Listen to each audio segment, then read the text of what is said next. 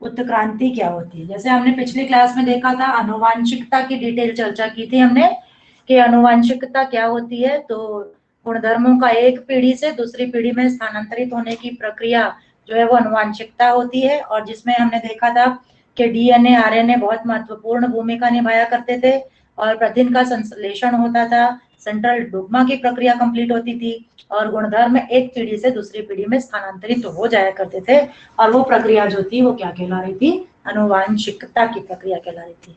आगे बढ़ते हैं, आज का मुद्दा देखते हैं हम, उत्क्रांति। उत्क्रांति देखेंगे, उत्क्रांति क्या होती है। ठीक है, तो जब ये चैप्टर शुरू किया था मैंने, तभी मैंने आपसे कहा था कि उत्क्रांति मतलब सजीवों में होने वाला जो चेंजेस होते हैं, जो होने वाले बदलाव, पीढ़ी दर पीढ़ी जो बदलाव पाए जाते हैं, उसे हम उत्क्रांति कहते हैं। यानी कि जैसा एग्जाम्पल के फॉर्म में मैंने पिछली क्लास में आपको बताया था कि हमारे पूर्वज बहुत सालों पहले बंदर हुआ करते थे, उसके बाद उत्क्रांति होती गई, मतलब उनके बॉडी में चेंजेस होते गए, अलग अलग रूप के परिवर्तन होते गए, जिसकी वजह से वो एप बने, फिर और मॉडिफिकेशन हुआ, और उसके बाद हम मनुष्यों की निर्मित हुई, है ना।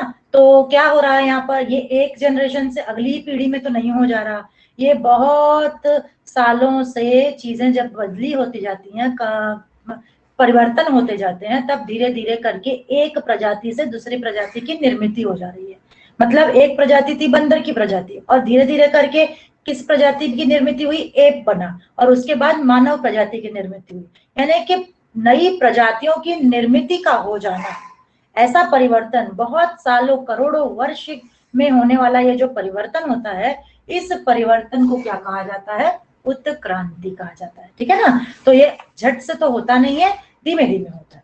अब उत्क्रांति पढ़ने से पहले हम ये समझें कि बहुत धीमी गति से होने वाला परिवर्तन है, और साथ में कब और कैसे सजीवों की उत्पत्ति हुई होगी। सजीवों की उत्पत्ति कहानी बड़ी रोचक है, अगर आप लोग समझोगे तो बड़ी रोचक कहानी है कि आज हम इतने इतने स्वरूप के छोटे से छोटे सजीव देखते हैं, बड़े से बड़ा सजीव देखते हैं। सजीव यानी जिसमें प्राणी और वनस्पति दोनों ही इन्वॉल्व है। ऐसा जरूरी नहीं है कि सजीव कहा तो सिर्फ प्राणियों की चर्चा कर रहे हैं हम, प्राणी और वनस्पति दोनों ही। बहुत छोटे से छोटा पौधा भी देखने में मिल जाता है, और बहुत बड़ा महाकाय बरगद का पेड़ भी देखने में मिल जाता है। ठीक इसी तरीके से बहुत छोटा सा एक कोशिकीय जीव भी हमको देखने मिल जाता है, और बहुत बड़ा हाथी और डायनासोर की भी चर्चा हुआ करती है ना।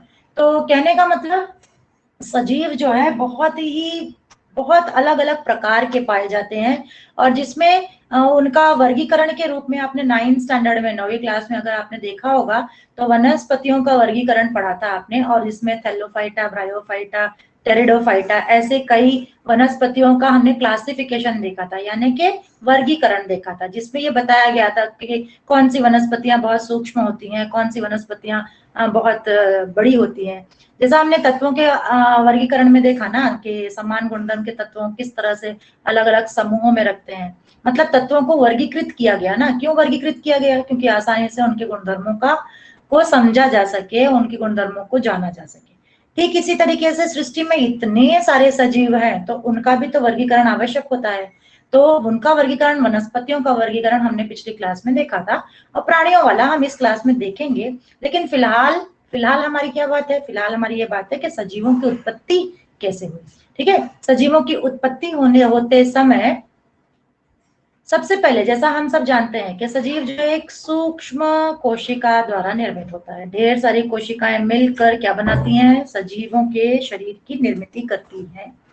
उसके साथ साथ में अब ये सोचो जरा आप कि उस कोशिका के पहले क्या होगा, है ना। तो कोशिका के पहले कोशिका की निर्मित कैसे हुई होगी, तो कहते हैं कि 300 करोड़ वर्ष पहले, 350 करोड़ वर्ष पहले केवल प्रथिन, यानी प्रथिन का एक द्रव, कहते हैं ना एक जैसे कोई रसायन पड़ा रहता है, कोई पानी में किसी चीज को, तेल को डाल दो तो कैसे वो तैरता है, ऐसे ही समुद्र में केवल क्या मिला हमको, प्रथिन का एक अणु प्राप्त हुआ, और उसके साथ साथ में कुछ ऐसे कोशिका द्रव्य प्राप्त हुए, जिसमें कोशिका नहीं, कोशिका द्रव्य। जैसे हम जानते हैं ना कि कोशिका के अंदर जब हम कोशिका ऐसे बनाते हैं तो कोशिका के अंदर बहुत सारे कोशिका द्रव पाए जाते हैं। अब सोचो जरा, उसके बाद उसके अंगक पाए जाते हैं। अब सोचो अगर ये बाउंड्री ना बनी रहे तो ये कोशिका द्रव कैसा होगा, पूरा फैलता रहेगा ना, कुछ ऐसा ऐसा रहेगा, उसको कोई बाउंड्री, उसको कोई आकार प्राप्त नहीं होगा। तो और ठीक इसी तरीके से ऐसे कोशिका द्रव जो है वो समुद्र में पाए जाने लग गए, और समुद्र में कोशिका द्रव और साथ साथ में कुछ कुछ प्रथिन को की प्राप्ति होनी शुरू हो गई। फिर धीरे धीरे धीरे धीरे ये जो सरल रूप के, मतलब ये छोटे छोटे जो कण थे प्रथिन के और कोशिका के जीव द्रव्य के, वो कण जो है एक दूसरे के साथ आकर जटिलता बनाने लगे, मतलब मिक्स होने लगे और एक एक कोशिका का निर्माण करने लगे। अब क्या निर्मित हुआ है? केवल कोशिका निर्मित हुई है। ठीक है, फिर कोशिका के बाद इसमें और थोड़ा चेंज हुआ। देखो चेंज कैसे हो रहा है, पहले से प्रथिन का द्रव था और कोशिका द्रव्य थे, उसके बाद क्या हुआ कि वो कोशिका द्रव्य एक साथ आए, प्रथिन एक साथ आए, तो कोशिका को एक बाउंड्री, एक आकार मिला। ठीक है ना, वनस्पति कोशिका और प्राणी कोशिका ऐसे अलग अलग कोशिकाएं बनने लगी। अब उसकी आगे की प्रक्रिया देखो कैसे चेंजेस, परिवर्तन कैसे हो रहे हैं। उसकी आगे की प्रक्रिया में इसी कोशिका में कुछ चेंजेस होने लगे, कुछ चेंजेस मतलब कि कुछ इस तरीके के चेंजेस होने लगे। और जब ये चेंज हुआ तो ऐसा कहा गया कि अमीबा बन गया। फिर उसके बाद कुछ ऐसे चेंजेस होने लगे जो एक कोशिका का, जिसे कहा गया कि पैरामीशियम बनने लगे। तो ऐसे एक कोशिका से, जो एक सिंगल कोशिका थी, उसी कोशिका से एक कोशिकीय जीव का रूपांतरण होने लगा, जीव की निर्मित होने लगी। मतलब एक कोशिकीय जीव, अमीबा, पैरामीशियम, युगलीना, ऐसे एक कोशिकीय जीवों की निर्मित होनी शुरू हो गई। ठीक है ना, ये स्टेप। इसके बाद क्या, एक कोशिकीय सजीव की निर्मित हुई, उसके बाद थोड़ा सा और परिवर्तन हुआ, थोड़ा सा और मॉडिफिकेशन हुआ, थोड़ी सी और उसमें उत्क्रांति कह सकते हैं हुआ। तो एक कोशिकीय से दो कोशिकीय सजीवों की निर्मित होने लगी, फिर दो कोशिकीय से तीन कोशिका एक साथ मिलकर नए सजीवों की निर्मित करने लगे। ऐसे धीरे धीरे धीरे करते करते छोटे से चींटी का निर्माण हुआ होगा, छोटे से मच्छर का निर्माण हुआ होगा, जो बहुत छोटे छोटे होते हैं। और उसके बाद फिर देखे धीरे धीरे करके फिर बड़े बड़े सजीवों की निर्मित होने लगी। कहने का मतलब कि जो कोशिका है, कोशिका के पहले भी यदि सजीव को निर्मित की खोज देखी गई, जिसको पढ़ा गया, समझा गया, तो पता चला कि क्या कोशिका के पहले भी कौन था, जीव द्रव्य थे, कोशिका द्रव्य थे और प्रथिन जैसे द्रव्य, मतलब द्रव के स्वरूप में चीजें हुआ करती थी। सृष्टि पे कोई सजीव नहीं थे, कुछ नहीं थे, लेकिन धीरे धीरे करके उनमें परिवर्तन होते गया। उसके बाद धीरे धीरे एक कोशिकीय जीव, फिर बहुकोशिकीय जीवों की निर्मित होने लगी। ठीक है, तो ये प्रक्रिया जो है, इस प्रक्रिया को हम क्या कह रहे हैं, उत्क्रांति कह रहे हैं। तो उत्क्रांति की परिभाषा आप देख लो पेज नंबर 3 पे, उत्क्रांति के सिद्धांत। इसके पहले पेज नंबर 3 पे आप शुरू में देख लो, ऊपर से सेकंड पैराग्राफ जो आपको अंडरलाइन करना है और उत्क्रांति की परिभाषा के लिए लिखना है। ठीक है, तो उत्क्रांति की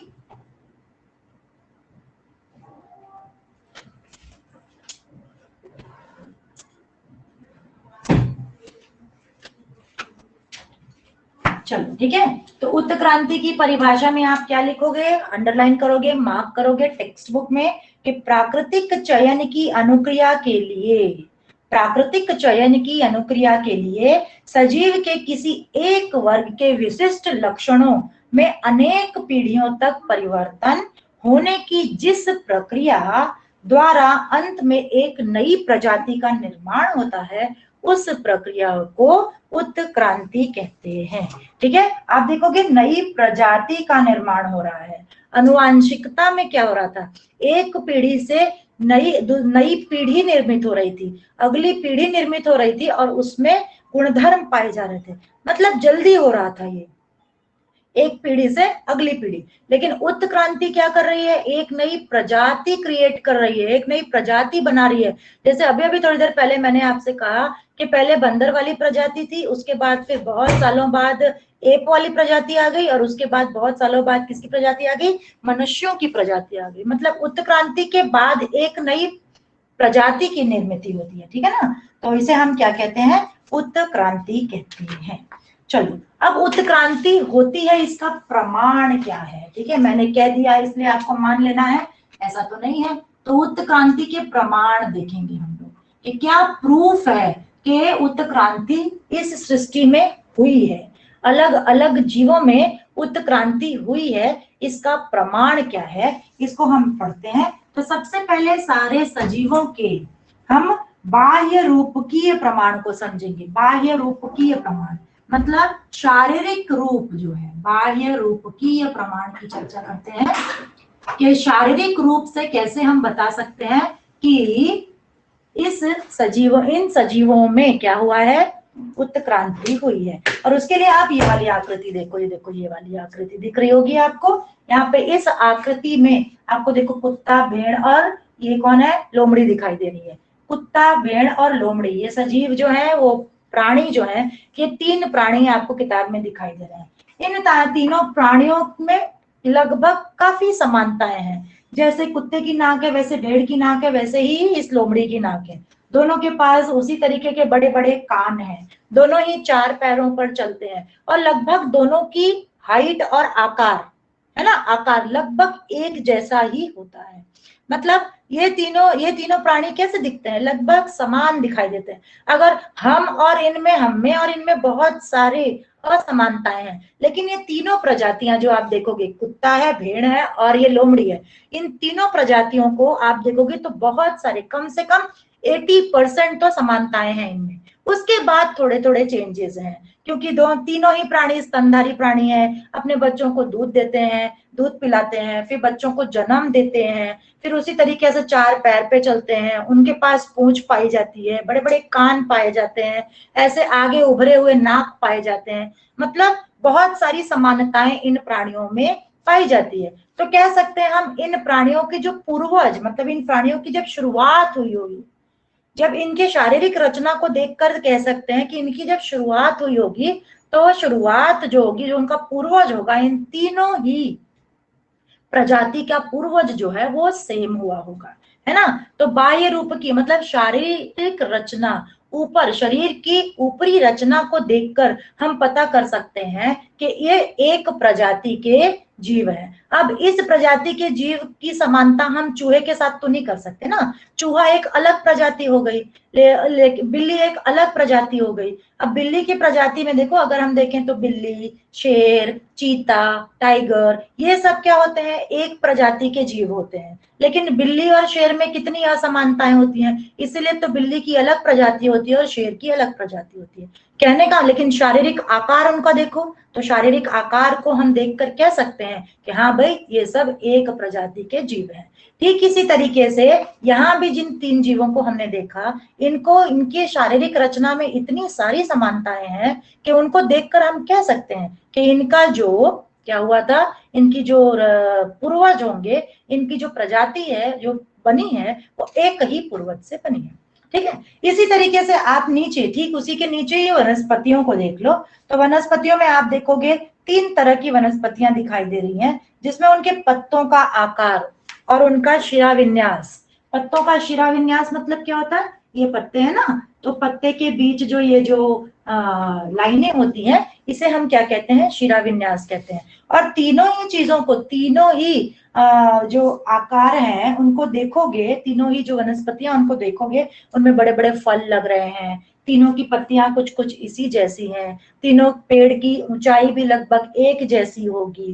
कहने का मतलब उनके शारीरिक रचना, जड़, तना, पत्तियां, फल, फूल, ये सब में लगभग समानता पाई जाएगी। लगभग क्यों कह रही हूं मैं, क्योंकि ये अलग अलग, जैसे जैसे प्रजाति इनकी अलग है, इनकी पत्तियों का बेसिक रचना यही होगी, लेकिन थोड़ा सा छोटा, थोड़ा सा बड़ा, इस तरीके से थोड़े थोड़े परिवर्तन दिखाई देने की वजह से एक आम का पेड़ है तो दूसरा अमरूद का पेड़ है ना, क्योंकि इनकी प्रजातियां जो है वो अलग अलग है, लेकिन इनकी उत्पत्ति जो हुई है वो एक ही पूर्वज से हुई है। तो ये सारी चीजें हमने क्या देखकर पता किया कि इनके पूर्वज एक होंगे, इनकी उत्क्रांति हुई है, उत्क्रांति होने के बाद ऐसे तीन प्राणियों की प्रजाति निर्मित हुई है और ऐसे तीन वनस्पतियों की प्रजाति निर्मित हुई। क्या देखकर हमने देखा, हमने इसके बाह्य रचना मतलब शारीरिक रचना को देखकर हमने समझा कि इनकी क्या हुई है, उत्क्रांति हुई है, और जिसकी वजह से ये जो प्रजातियां निर्मित हुई है। ठीक है, तो बाह्य रूप की प्रमाण आपको समझ में आ रहा होगा कि ऊपर की शारीरिक रचना को देखकर हम पता कर सकते हैं कि किस तरह से ये प्रजातियां एक ही पूर्वज से बनी हुई है। दूसरा आता है शरीर विज्ञान।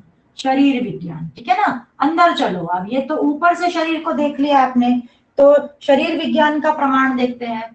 तो अब शरीर के भीतर जाना है, शरीर की आंतरिक रचना को देखनी है, ठीक है। अब हमारा, अगर आप इमेजिन करोगे कि अगर हमारे शरीर का कंकाल जो होता है, हमारे शरीर का कंकाल और एप के शरीर का कंकाल, बंदर के शरीर का कंकाल में समानताएं दिखाई देंगी, ठीक है। ठीक उसी तरीके से जो ये अभी 3 जीव हमने देखे है ना, कुत्ता, भेड़ और लोमड़ी, अगर इनको दफन कर दे और इनके कंकालों का निरीक्षण किया जाए तो क्या ऊपर से कंकाल देखकर पता कर सकेंगे हम कि ये अलग अलग प्रजाति के जीव हैं? बिल्कुल नहीं। वो वैसा ही कंकाल, उनका धड़ दिखाई देगा, 4 पैर दिखाई देंगे, पूंछ दिखाई देगी, कानों वाली हड्डियां दिखाई देंगी, मुख वाली हड्डियां दिखाई देंगी, है ना। तो कंकालों को देखकर हम पता कर सकेंगे नहीं।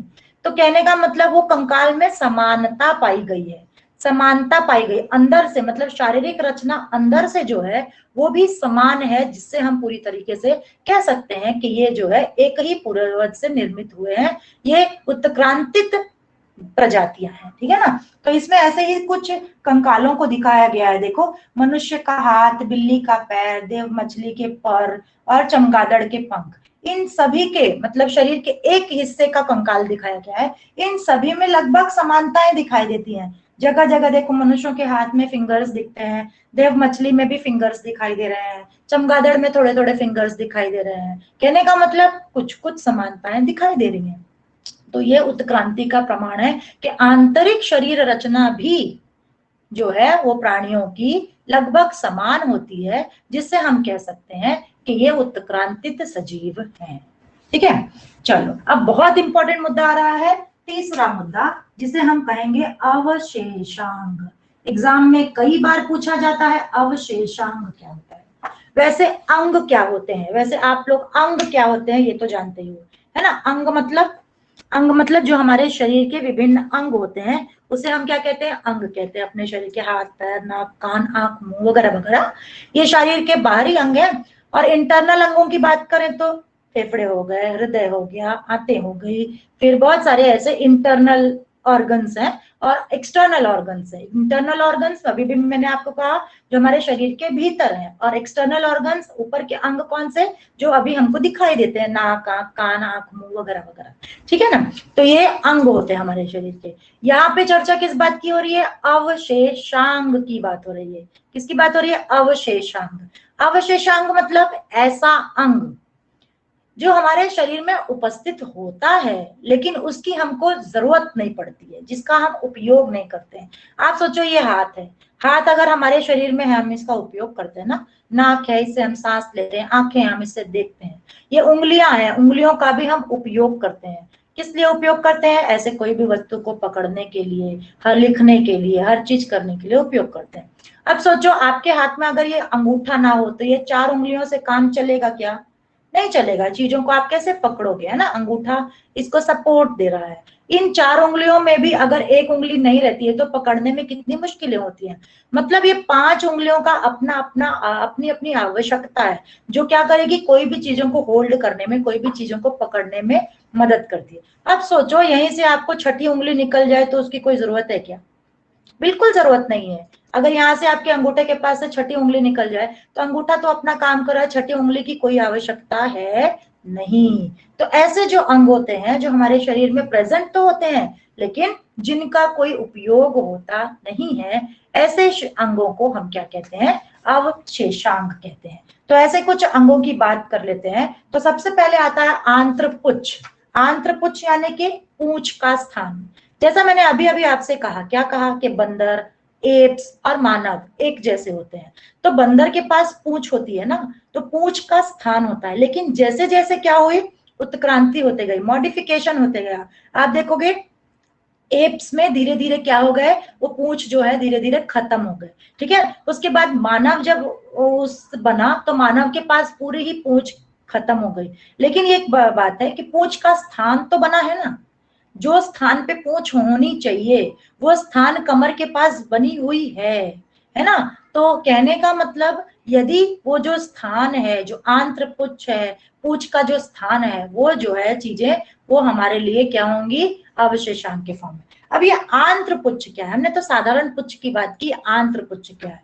आंत्र पुच्छ को अंग्रेजी में कहते हैं अपेंडिक्स। अपेंडिक्स सुना होगा नाम आप लोगों ने, कि क्या हो गया है, पेट में बहुत दर्द हो रही है, बहुत दर्द हो रही है, क्या हुआ है इनको, इनको ना अपेंडिक्स का ऑपरेशन किया गया है। तो अपेंडिक्स क्या है भाई, इसको समझना पड़ेगा। ठीक है, तो अपेंडिक्स जो है वो छोटी आंत और बड़ी आंत के बीच एक उभार है। छोटी आंत हम जानते हैं, छोटी आंत और बड़ी आंत जो कि किस लिए यूज होती है, डाइजेस्टिव सिस्टम के लिए यूज होती है, पाचन संस्थान के अंग हैं।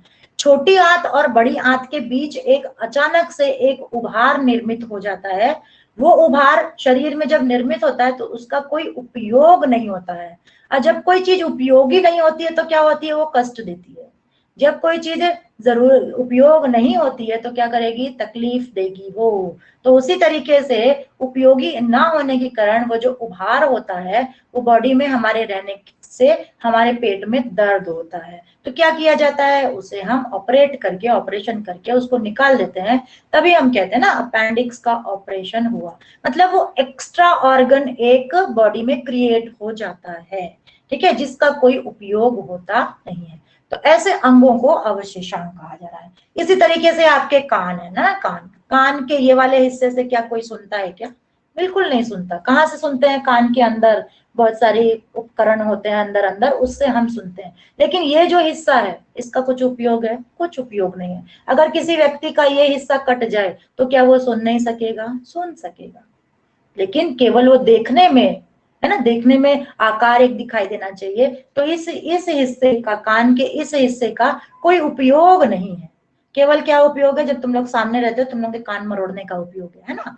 तो इसका कोई उपयोग नहीं है, लेकिन इसके अंदर जो कान है वो सुनने का काम करता है, लेकिन ये जो है वो कोई काम करता नहीं है हमारे शरीर का। लेकिन आपने देखा है पशुओं को देखा होगा आपने कि वो सुनने का काम तो कान करते हैं, लेकिन इतने बड़े बड़े कान उनके होते हैं। तो उससे वो क्या करते हैं, कान हिला हिला के अपने शरीर पर क्या करते हैं, बैठी हुई मक्खी मच्छर को उड़ाते हैं। तो उनके हिस्से का जो बड़ा कान है वो उनके शरीर के लिए उपयोगी है, लेकिन हमारा ये कान किसी काम का नहीं है। तो ये कान जो है हमारे लिए अवशेषांग है। इसी तरीके से बात आती है, जैसे मेरुदंड की अंतिम 4 कशेरुकाएं जो मैंने आपको बताया, वो मेरुदंड आपको पता है कि पीठ के पीछे का हिस्सा जो रीढ़ की हड्डी होती है और एकदम नीचे तक कमर तक का हिस्सा जहां पे पूंछ हुआ करती थी, मैंने अभी चर्चा की आपसे। तो मेरुदंड की वो 4 कशेरुकाएं हैं जहां पे पूंछ हुआ करती थी, लेकिन अब नहीं है। बंदर की पूंछ उसको उपयोगी है इसलिए उसके पास है, हमारे लिए पूंछ कोई उपयोगी नहीं है, लेकिन उसका स्थान वहां पर है, लेकिन वो स्थान भी हमारे किसी काम का नहीं है।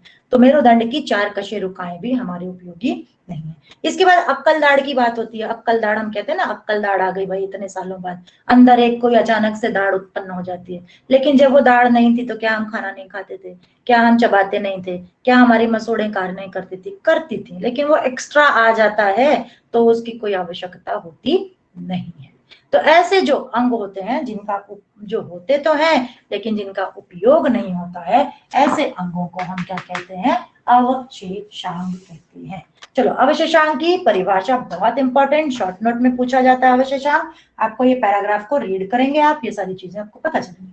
सजीवों में नष्ट होने वाले अथवा अपूर्ण वृद्धि वाले निरुपयोगी इंद्रिय, नष्ट होने वाले या अपूर्ण वृद्धि, नष्ट होने वाले कौन था, अपेंडिक्स था जिसको निकाला जा सकता है। वो अनुपयोगी क्या, जो पूरी तरीके से क्या हुए हैं, अपूर्ण वृद्धि हुई है, पूरा नहीं हुआ है, ऐसे निरुपयोगी अंगों को हम क्या कहते हैं, अवशेषांग कहते हैं।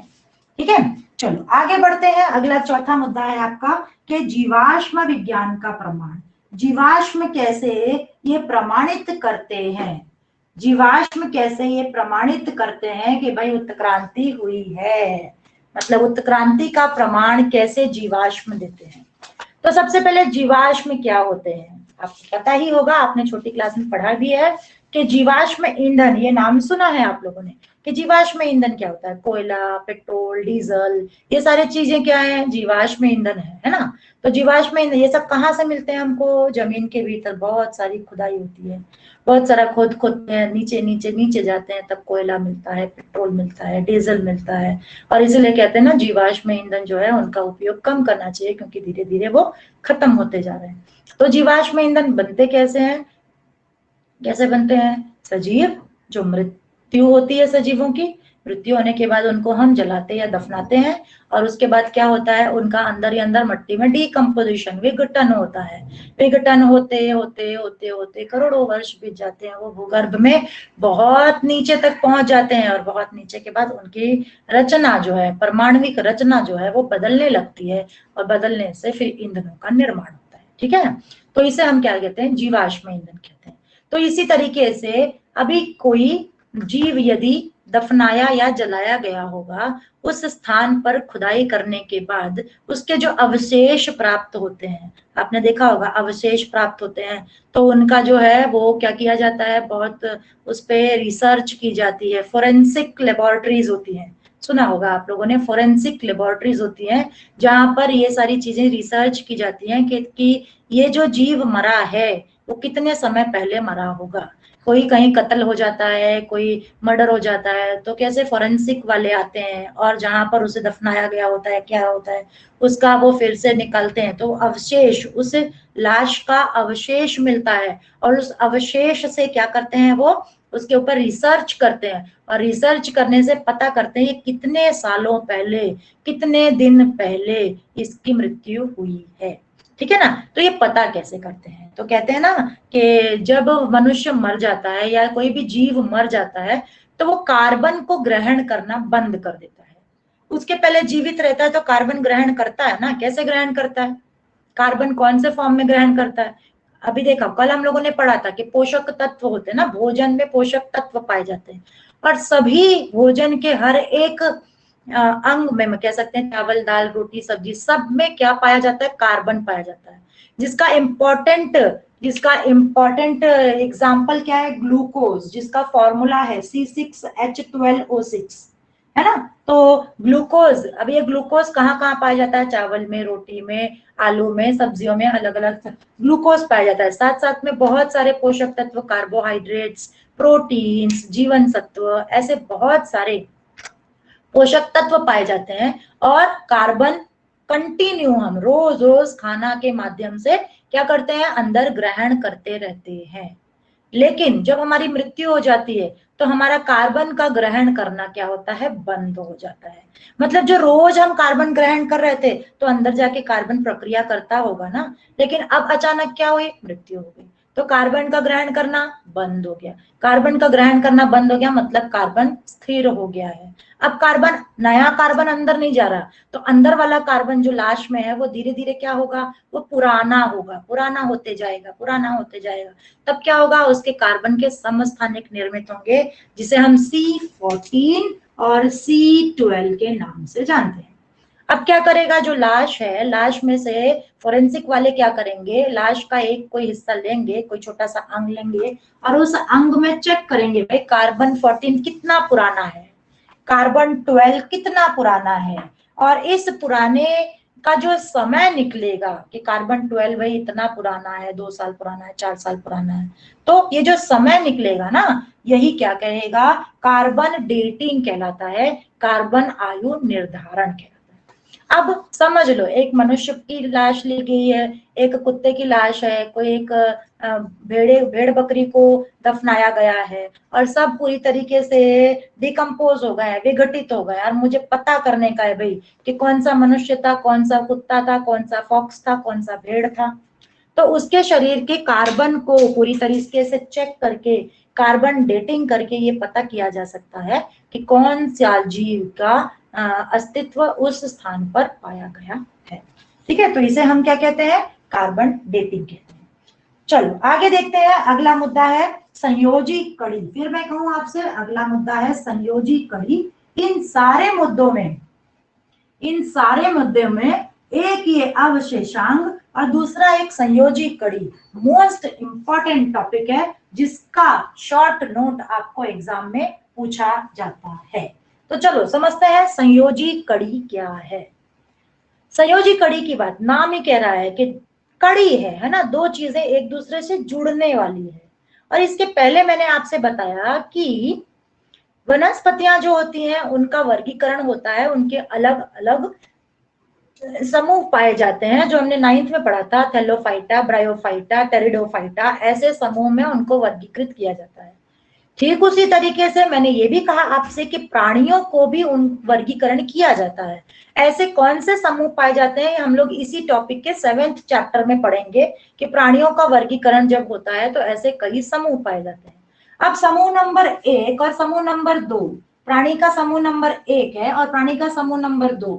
अगर कोई जीव, कोई भी प्राणी जो है, ये प्राणी जो है जिसमें 1 नंबर और 2 नंबर दोनों के गुणधर्म होंगे, तो ये दोनों ही क्या कर रहे हैं, ये प्राणी क्या कर रहा है, संयोजी कड़ी अपना रहा है। मतलब इस समूह के भी गुणधर्मों को दर्शा रहा है और इस समूह के गुणधर्मों को भी दर्शा रहा है। मतलब इस समूह में जो प्राणी होने चाहिए उन सबके गुणधर्म एक जैसे होने चाहिए, इस समूह में जो प्राणी होने चाहिए उन सबके गुणधर्म एक जैसे होने चाहिए। लेकिन कुछ प्राणी जीव सृष्टि में ऐसे भी हैं जो दोनों ही समूह के गुणधर्मों को प्रदर्शित करते हैं। तो ऐसे प्राणियों को हम क्या कहते हैं, संयोजी कड़ी की का मतलब की विशेषता उनमें पाई जाती है। ठीक है, तो सबसे पहले संयोजी कड़ी की परिभाषा देख लो आप कि कुछ वनस्पतियों और प्राणियों में कुछ शारीरिक लक्षण इस प्रकार के होते हैं कि उनकी सहायता से उनका दूसरे दो भिन्न समूहों से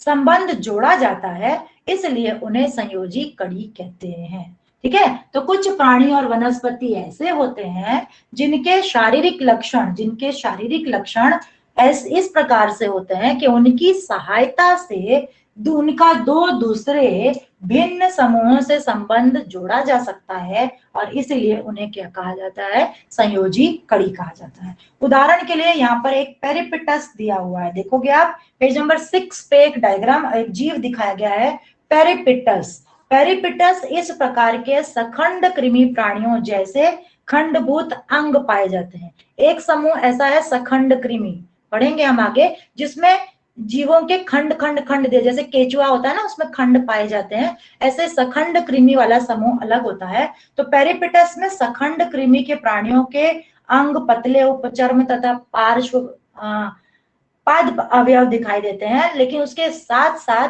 अगला एक और समूह है संधिपाद प्राणियों की तरह, उसमें श्वास नलिका और खुला रक्त परिसंचरण होता है। मतलब क्या, देखो ये पेरिपिटस जो है ना, पेरिपिटस में जो समूह पहला यानी कि ये जो है सखंड कृमि वाला भी गुणधर्म पाया जाता है, कृमि वाला भी गुणधर्म पाया जाता है और सरीसृप वर्ग का भी गुणधर्म पाया जाता है। सखंड कृमि का गुणधर्म भी पाया जाता है, सरीसृप नहीं, संधिपाद वाले गुणधर्म भी पाए जाते हैं। तो सरीसृप के अलग प्राणी होते हैं, संधिपाद के गुणधर्म वाले अलग प्राणी होते हैं, लेकिन पेरिपिटस एक ऐसा प्राणी है जिसमें सखंड कृमि के भी गुणधर्म पाए जाते हैं और संधिपाद के भी गुणधर्म पाए जाते हैं। ठीक इसी तरीके से एक और प्राणी है जिसे हम क्या कह रहे हैं, हम कह रहे हैं इसको डकबल प्लेटिपस, है ना, डकबल प्लेटिपस। इसमें एनिलीडा और संधिपाद, जो डकबल पेरिपिटस है इसमें एनिलीडा एक समूह है, एनिलीडा समूह का भी गुणधर्म पाया जाता है डकबल में और संधिपाद के भी गुणधर्म पाए जाते हैं। इसी तरीके से आप देखोगे लंगफिश की भी बात की गई है, लंगफिश भी यहाँ पर दिखाया गया है। लंगफिश एक ऐसा जीव है जिसके भीतर सरीसृप वर्ग के प्राणी का भी गुणधर्म पाए जाते हैं और मछली वाले गुणधर्म भी पाए जाते हैं। तो इस तरीके से कुछ ऐसे जीव डकबल, लंगफिश और पेरिपिटस, ये कुछ ऐसे प्राणी हैं, ये कुछ ऐसे सजीव हैं जिनमें केवल एक ही समूह के गुणधर्म नहीं पाए जाते हैं, उनमें दो समूह के गुणधर्म पाए जाते हैं। तो ऐसे जो जीव होते हैं उन्हें हम क्या कहते हैं, संयोजी कड़ी वाले जीव कहते हैं। ठीक है, तो संयोजी कड़ी भी एक महत्वपूर्ण गुणधर्म निभाता है। चलो आगे देखते हैं भ्रूण विकास। भ्रूण विकास कैसे क्या करता है, प्रमाणित करता है उत्क्रांति को। भ्रूण विकास कैसे प्रमाणित करता है, तो सबसे पहले समझे भ्रूण क्या है। जब कोई जीव माँ के गर्भ में होता है ना, जब कोई जीव माँ के गर्भ में होता है तो उसे हम क्या कहते हैं, भ्रूण कहते हैं। सुना होगा आपने कन्या भ्रूण हत्या, है ना। तो भ्रूण मतलब क्या, माँ के गर्भ में जो जीव उपस्थित होता है, ठीक है ना। उस जीव, वो जीव कोई भी जो किसी भी माँ के गर्भ में, यदि गाय के गर्भ में उसका जीव है तो उसे भी हम गाय का भ्रूण कहेंगे, भैंस का भ्रूण कहेंगे, कुत्ते का भ्रूण कहेंगे, मानव का भ्रूण कहेंगे। तो भ्रूण मतलब जो जीव माँ के गर्भ में उपस्थित होता है उसे हम क्या कहते हैं, भ्रूण कहते हैं। अब क्या किया गया, वैज्ञानिकों ने अलग अलग जीवों के भ्रूणों को, यानी कि अलग अलग जीवों के गर्भ में उपस्थित जीवों को का ऑब्जर्वेशन किया, निरीक्षण किया।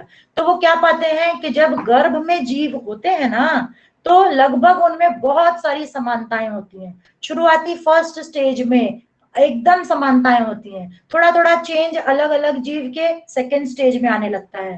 थर्ड स्टेज में जब बच्चा एकदम डेवलप हो जाता है तो गाय का बच्चा गाय की तरह बनने लगता है, भैंस का बच्चा भैंस की तरह बनने लगता है, कुत्ते का कुत्ते की तरह बनने लगता है, मनुष्य का मनुष्य की तरह बनने लगता है, ठीक है ना। लेकिन जो शुरुआती स्टेज, एकदम शुरुआत का स्टेज होता है भ्रूण का, वो एकदम से समान होता है, लगभग समान होता है। तो आप आकृति 1.10 देखोगे, ये वाली आकृति, जिसमें आप देखोगे कई जीवों का इस्तेमाल किया गया, मछली, सैलमेंडर, कछुआ, मुर्गी, सुअर, गाय, खरगोश और मनुष्य, ठीक है ना। ऐसे कई जीवों के भ्रूणों का ऑब्जर्वेशन हुआ है। और एकदम वेरी फर्स्ट स्टेज देखोगे आप, वेरी फर्स्ट स्टेज उन भ्रूणों का, तो शुरुआत में जब वो माँ के गर्भ में होते हैं तो लगभग एक जैसे दिखाई दे रहे हैं, लगभग समान दिखाई देते हैं। बाद में धीरे धीरे सेकेंड स्टेज में उनमें थोड़ी थोड़ी चेंजेस होने लगते हैं, और थर्ड स्टेज में वो पूरी तरीके से अपने ओरिजिनल स्टेज को, जिस प्रजाति के हैं उस प्रजाति के स्थान पर आ जाते हैं, ठीक है ना। तो ये इस तरीके से उनके भ्रूणों में परिवर्तन दिखाई देता है। लेकिन शुरुआती स्टेज अगर आप देखोगे तो सभी जीवों का शुरुआती भ्रूण की स्टेज जो होता है वो समान होता है, जिसकी वजह से हम ये कह सकते हैं कि सारे के सारे सजीवों के पूर्वज एक ही हुआ करते थे, ठीक है। तो उम्मीद है ये सारे मुद्दे आपको समझ में आ रहे होंगे। और इन मुद्दों के साथ उत्क्रांति का प्रमाण, उत्क्रांति होती है और उत्क्रांति के प्रमाण हमने 6 पढ़े हुए हैं, ये यहाँ पर हमने चर्चा की, ठीक है। तो ये होती है उत्क्रांति। हमने देखा अनुवांशिकता और फिर हमने देखा उत्क्रांति। चलो आ रहे हैं एक बहुत ही महत्वपूर्ण मुद्दे पर, जिसे हम कहते हैं डार्विन का प्राकृतिक चयन। फिर मैं कहूं एग्जाम में बहुत पूछा जाता है डार्विन का प्राकृतिक चयन, प्राकृतिक चयन, ठीक है ना, डार्विन का प्राकृतिक चयन। डार्विन कैसे डिसाइड करता है, कि डार्विन एक वैज्ञानिक थे जिन्होंने ऐसे सजीवों पे पूरी तरीके से रिसर्च किया और बताया कि कैसे जीव अपने आप को सरवाइव करते हैं, कैसे जीव अपने आप को जीवित रखते हैं, ठीक है। जीव जीवित रखें, इनका एक सबसे इंपॉर्टेंट वर्ड है अनुकूलन, अनुकूलन, ठीक है। इस शब्द को आपने सुना होगा, अनुकूलन, यानी कि अपने आप को हर परिस्थिति में पूरी तरह से एडजस्ट कर लेना, अनुकूलन स्थापित कर लेता है यदि कोई जीव हर परिस्थिति में, तो वो जीवित रहता है।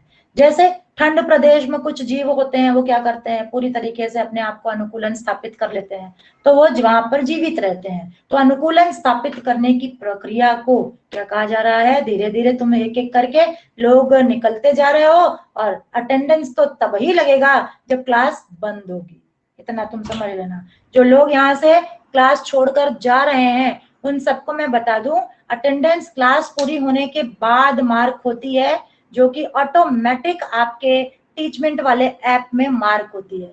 वो शुरुआती स्टेज पर मार्क नहीं होती है, लास्ट जब मैं क्लास एग्जिट करूंगी तब तक जो बच्चे जुड़े रहते हैं उन बच्चों का अटेंडेंस मार्क होता है।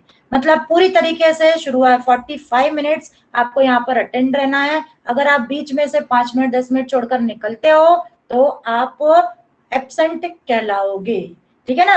तो ये एक टारगेट है अटेंडेंस का जो आपको याद रहना चाहिए।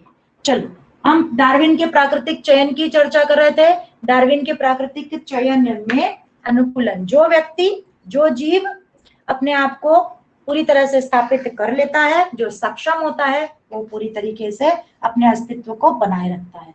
कहने का मतलब डार्विन कहते हैं जो सक्षम होता है वही अपना अस्तित्व बनाकर रखता है। साथ साथ में ये भी कहते हैं कि सभी सजीव असंख्य मात्रा में पुनरुत्पादन करते हैं। यह सभी सजीव एक दूसरे से प्रतियोगिता करते हैं, जो कि एक जानलेवा होती है। जानलेवा क्यों? मतलब मैं सरवाइव करूंगा, अपने आप को सुरक्षित रखने के लिए दूसरे जीव जो है वो सामने वाले को मार डालते हैं। प्रतियोगिता जो है वो जानलेवा होती है, ताकि बाकी के लोगों से हम सुरक्षित रह सकें।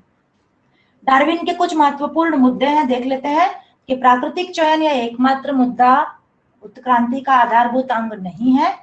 उपयोगी तथा निरुपयोगी परिवर्तनों का स्पष्टीकरण डार्विन द्वारा नहीं दिया गया। धीमी गति से परिवर्तन तथा तीव्र गति से होने वाले परिवर्तन, इनका उल्लेख भी नहीं किया गया। तो यह डार्विन का प्राकृतिक चयन था। ठीक है, इसके बाद आते हैं कौन? लैमार्क। लैमार्क क्या बोलते हैं ये भी थोड़ा फटाफट छोटे में सुन लेते हैं। लैमार्कवाद क्या था? लैमार्कवाद ये कहते हैं कि हम अपने शरीर के जिन अंगों का ज्यादा इस्तेमाल करेंगे, अगली पीढ़ी में वो अंग अच्छी तरह से डेवलप होकर आएंगे। ठीक है, जैसे हम यदि बैठे बैठे कंप्यूटर पे काम करते करते अपने पैरों को, अपने शरीर के विभिन्न अंगों का इस्तेमाल कम करते जाएंगे, तो हमारी जो अगली पीढ़ी होगी वो उसी तरह छोटी छोटी और बौनी होती जाएगी। अब देखो, जिराफ का यहाँ पे उदाहरण दिया हुआ है। जिराफ एक ऐसा जीव था ना जो घोड़े की तरह उसकी गर्दन हुई करती थी, लेकिन उसका इंटरेस्ट किसमें था? जमीन की घास पे नहीं था। उसका इंटरेस्ट क्या था? बड़े बड़े पेड़ों के पत्तों पर उसका इंटरेस्ट था। मुझे जमीन की घास नहीं खानी है। तो वो अपने गर्दन को स्ट्रेच करते गया, खींचते गया, और ऊंचाई वाला पत्ता चाहिए, और ऊंचाई वाला पत्ता चाहिए, जिसकी वजह से जो घोड़े के जैसी गर्दन थी जिराफ की, वो धीरे धीरे धीरे करके लंबी लंबी लंबी होती गई, और अगली अगली पीढ़ी में जिराफ की गर्दन जो है बहुत ही लंबी दिखने लगी, क्योंकि वो जमीन का घास नहीं खाता है, उसको ऊंचे ऊंचे पेड़ों के पत्तों की ही आवश्यकता होती है। ठीक है, इसी तरीके से लोग मतलब ऐसा कहते हैं वैज्ञानिक के सांपों के पास पैर हुआ करते थे, लेकिन सांप क्या करने लगे पता है? बिल बनाकर रेंग रेंग कर नीचे नीचे नीचे जो जाने लग गए, तो अपने पैरों को सिकोड़ने लग गए। तो अंततः अब की स्थिति ऐसी हो गई कि पहले सांप के पास पैर हुआ करते थे, लेकिन बिल में जाने की वजह से रोज रोज क्या हुआ? एक पीढ़ी, दूसरी पीढ़ी, तीसरी पीढ़ी, सांप के पैर जो है वो खत्म हो गए, वो रेंगने वाले पानी के अंतर्गत आने लगा। तो लैमार्क क्या कहते हैं कि जो अंग आप, जैसे लोहार होता है अपने कंधे का इस्तेमाल करता है, जितना ज्यादा जिस अंग का यूज होगा वो अंग उतना ज्यादा स्ट्रांग होगा। ठीक है, तो प्रत्येक जीव जितना ज्यादा अंगों का यूज करेगा, आप अगर रनिंग करते हो आपके पैर जो है उतने मजबूत होंगे। आप अगर बुद्धि का इस्तेमाल करते हो तो आपकी जो बुद्धि है वो ज्यादा मजबूत होगी। तो लैमार्कवाद यही कहते हैं कि जिस अंगों का अधिक भी यूज किया जाता है वो अंग जो है अधिक यूज होते हैं। अब अगला मुद्दा है मानवीय उत्क्रांति, जिसपे हमने चर्चा कर लिया हुआ है। यहाँ पे देखो पॉइंट आकृति 1.12 वाली आकृति में आपको दिखाई देगा कि किस तरीके से मानव का विकास हुआ है, कैसे मानव के पास पहले पूंछ हुआ करती, फिर धीरे धीरे धीरे करके वो अपने रीढ़ की हड्डी को सीधा करते करते एक स्ट्रेट और सीधा साधा उसका आकार हो गया और वो मानव की निर्मित हो गई। ठीक है, तो इसके बाद आप देखोगे अगले पेज पर, ये आप रीड कर लेना ये वाला पेज, और इसमें सबसे इंपॉर्टेंट मुद्दा है कि सबसे बुद्धिमान मानव जो है, वो बुद्धिमान मानव का नाम है होमोसेपियन। जो सबसे बुद्धिमान मानव है वो उसे हम क्या कहते हैं? होमोसेपियन। और इसके साथ साथ उसका नाम निएंडरथॉल मानव भी है। निएंडरथॉल मानव या बुद्धिमान मानव इस वर्ग का पहला उदाहरण है। ठीक है, होमोसेपियंस का पहला उदाहरण है निएंडरथॉल मानव। और धीरे धीरे मानव 10,000 करोड़ वर्ष पहले खेती करने लगा, धीरे धीरे अपने आप को सिविलाइज्ड करने लगा, अपने आप की संस्कृति बनाने लगा, और आज मानव की स्थिति इस तरीके की है। तो इस तरह से इस पाठ को हमने आज इस मुद्दे में खत्म किया हुआ है। बहुत ही आसान सा पाठ है। जो मुद्दा कल हमने पढ़ा था अनुवांशिकता था, वो मुद्दा थोड़ा सा टफ था, लेकिन उसके बाद का जो मुद्दा है वो अच्छी तरह से आप रीड करो। जो इंपॉर्टेंट चीजें हैं मैंने आपको बता के रखी हुई है। तो इस तरह से साइंस 1 का, साइंस 2 का हमारा फर्स्ट चैप्टर खत्म हुआ है। अगली क्लास में हम कोशिश करेंगे साइंस 2 का सेकेंड चैप्टर या फिर साइंस 1 का थर्ड चैप्टर पढ़ने की। ठीक है। तो अगली क्लास में आप सभी लोगों को बोल दीजिए कि आप जब भी शुरू से जुड़ते हो, आप 11 बजे से जुड़ते हो, 11 बजे से लेके 11:45 तक पूरे लॉक रहते हो। आप जो है वो पूरी तरह से वो ऐप आपको ऑब्जर्व करता है, टीचमेंट आपको ऑब्जर्व करता है। आप उसमें से 5 मिनट 10 मिनट में आप अगर लेक्चर छोड़ते हो तो आपका अटेंडेंस मार्क नहीं होता है। आप इस बात का पूरी तरह से ध्यान रखो और अपने लोगों को भी समझा दो, ठीक है ना। तो चलते हैं हम अगले मुद्दे के साथ।